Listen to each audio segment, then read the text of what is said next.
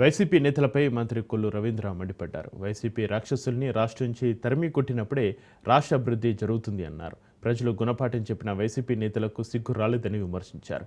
ఎన్నికల్లో ఇచ్చిన హామీలకు కట్టుబడి ఉన్నామని కొల్లు రవీంద్ర మరోసారి గుర్తు చేశారు. ప్రతి బిడ్డకు తల్లికి వందనం హర్షణీయమని మంత్రి కొల్లు రవీంద్ర కొనియాడారు. ఇక ప్రజా సంక్షేమమే కూటమి ప్రభుత్వానికి తొలి ప్రాధాన్యత అని మంత్రి కొల్లు రవీంద్ర అన్నారు. జగన్ లాగా మాట మార్చడం కూటమి నాయకులకు తెలియదన్నారు. రాష్ట్రాన్ని నాలెడ్జ్ హబ్గా మార్చడమే లక్ష్యంగా అడుగులు వేస్తున్నామన్నారు. మహిళలపై జుగుత్సాకరమైన వ్యాఖ్యలు జగన్ స్క్రిప్ట్ ప్రకారమే జరుగుతుంది అన్నారు.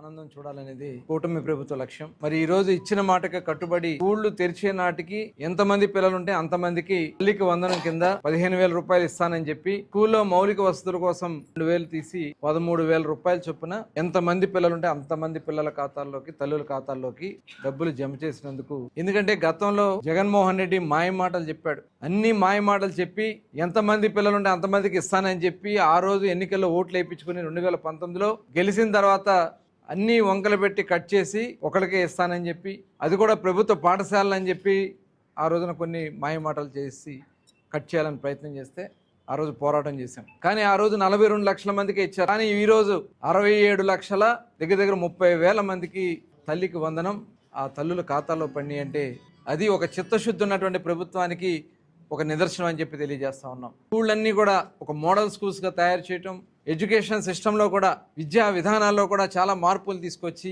టీచర్స్ని ఎంతమంది విద్యార్థులకు ఎంతమంది టీచర్స్ ఉండాలి, ఏ రకమైనటువంటి సిలబస్ ఉండాలి. మొన్న 10th క్లాస్ రిజల్ట్ చూసాం.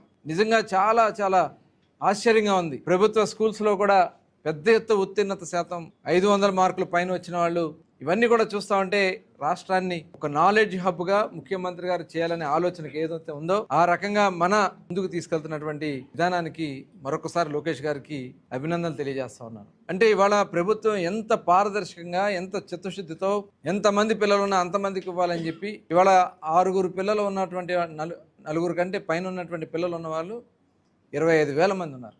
12 మంది పిల్లలు ఉంటే 12 మంది పిల్లలకి ఇవాళ డబ్బులు ఇచ్చినటువంటి ఘనత నారా చంద్రబాబు నాయుడు.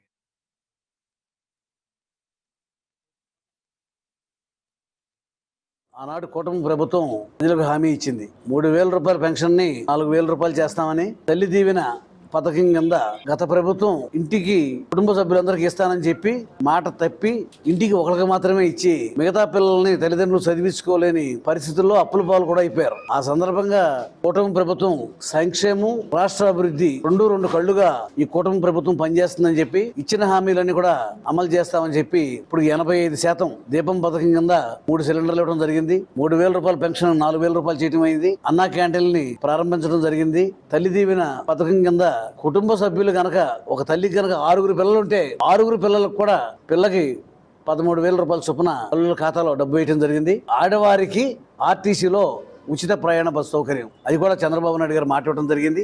గత ప్రభుత్వం మమ్మల్ని మోసం చేసింది. ఇవాళ కూటమి ప్రభుత్వం వచ్చిన తర్వాత మాకు కావాల్సిన అభివృద్ధి సంక్షేమం రోజు అందిస్తున్నారంటే ఈర్ష్యపడుతూ అవాకులు చెవాకులు పెడతా ఉన్నారు. లోకేష్ గారు 2,000 రూపాయలు ఆయన ఖాతాలో పడి చెప్పి మాట్లాడతారు.